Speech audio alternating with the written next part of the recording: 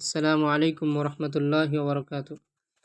আমরা আজকে দেখব জিপি সিমে 8% ডিসকাউন্টে ব্যালেন্স কীভাবে নিতে হয়।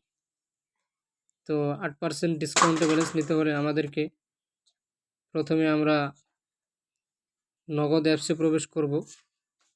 নগদ অ্যাপসে প্রবেশ করার পরে আমাদেরকে এখানে পিন দিতে হবে অ্যাপসে প্রবেশ করার। পিনটা আমরা একটু গোপন। তো আমাদের পিন দেওয়া শেষ, এখন আমরা লগ ইন করব। লগ ইন করার পরে এখন আমরা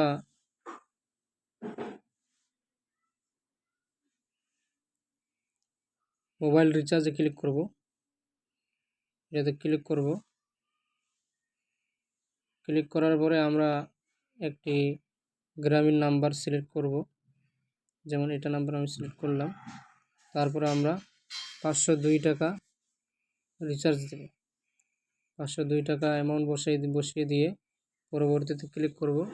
ক্লিক করার পরে এখানে আমরা পিন দেব অ্যাপসে প্রবেশ করার, রিচার্জ হওয়ার নগদের। আমরা পিনটা দিয়ে দিই।